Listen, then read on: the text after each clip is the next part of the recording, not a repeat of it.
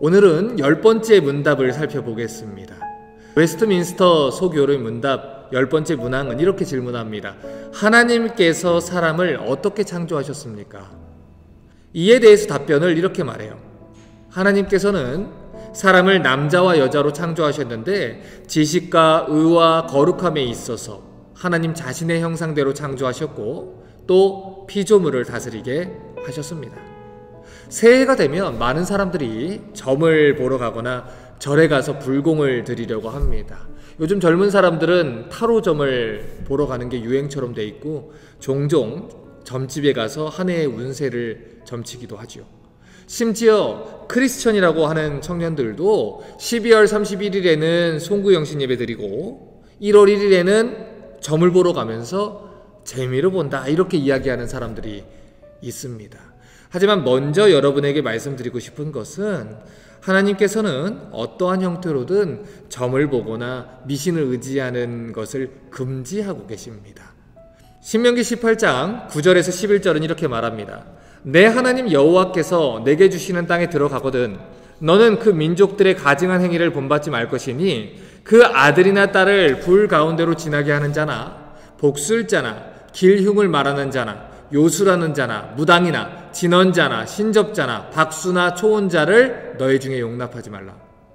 우리가 믿고 의지해야 할 분은 오직 하나님 한 분입니다.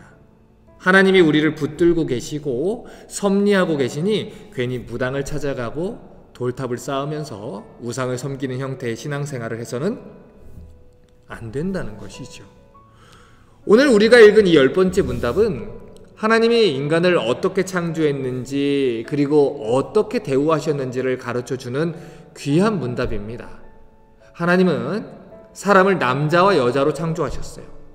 그런데 이 시대에는 많은 동성애자들이 있습니다. 그래서 자기는 원래 남자인데 하나님이 여자로 잘못 지었다 말하거나 자기는 여자인데 남자로 잘못 지었다 이렇게 얘기하는 사람들이 있어요.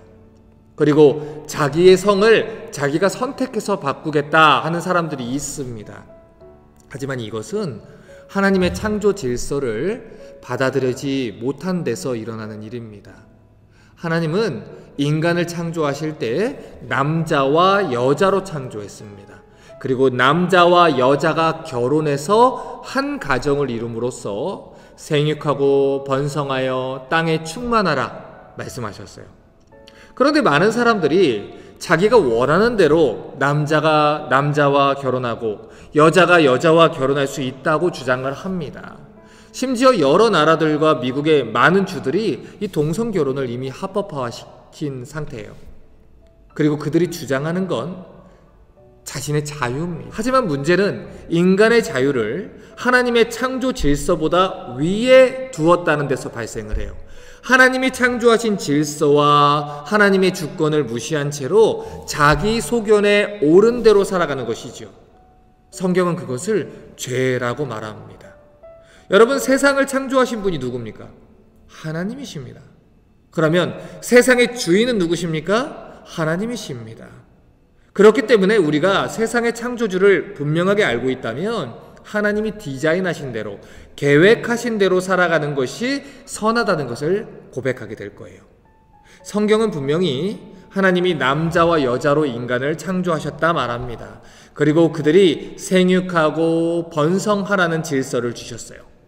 자, 그러면 하나님이 남자와 여자로 인간을 창조하신 뒤에 그들에게 주신 책임은 무엇입니까? 창세기 1장 28절은 이렇게 말했어요. 하나님이 그들에게 복을 주시며 그들에게 이르시되 생육하고 번성하여 땅에 충만하라. 땅을 정복하라. 바다의 고기와 공중의 새와 땅에 움직이는 모든 생물을 다스리라 하시니라. 인간은 하나님의 대리자로서, 종으로서 하나님이 지으신 만물을 다스리고 돌볼 책임을 맡았습니다. 세상을 하나님의 대리인으로서 다스리고 보존해야 되는 책임을 맡았지요. 그런데 죄가 세상에 들어오고 나서 어떤 변화가 생겼습니까? 인간이 다스려야 되는 피조물들에게 오히려 인간이 절하고 오히려 인간이 그것들을 섬기는 기이한 현상들이 벌어졌다는 거예요. 성경에 기록된 애굽이라는 나라에는 셀 수 없는 신들이 있었습니다. 지금도 인도나 일본 같은 나라에는 셀 수 없는 신들이 존재한다고 해요. 소의 형상을 가진 신이 있고요, 파리의 형상을 가진 신이 있고요, 벼룩의 형상을 가진 신이 있고요, 개구리 형상의 신이 있습니다. 자신들에게 해를 가하는 존재나 자기들에게 두려움으로 찾아오는 존재들은 다 신으로 만들어서 섬기고 두려워하고 그들을 경배하고 신으로 받들어 온 게 이 죄로 인해 타락한 인간의 모습이에요. 하지만 성경은 말합니다. 우리가 섬길 분은 오직 하나님 한 분뿐입니다.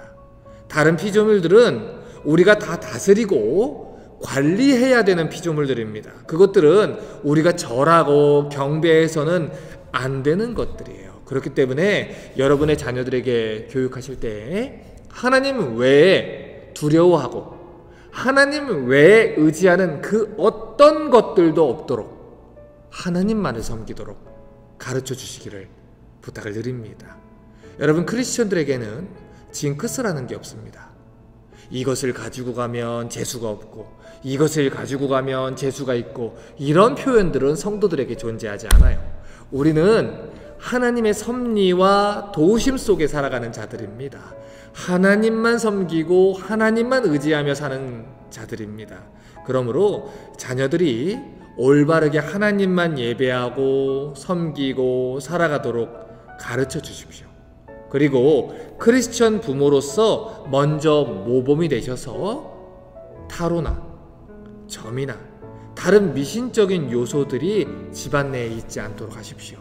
그것들을 다 버리시고 혹시라도 그런 말조차 입 밖으로 꺼내지 않도록 아이들 앞에서 모범되어 주시기를 주님의 이름으로 부탁드립니다.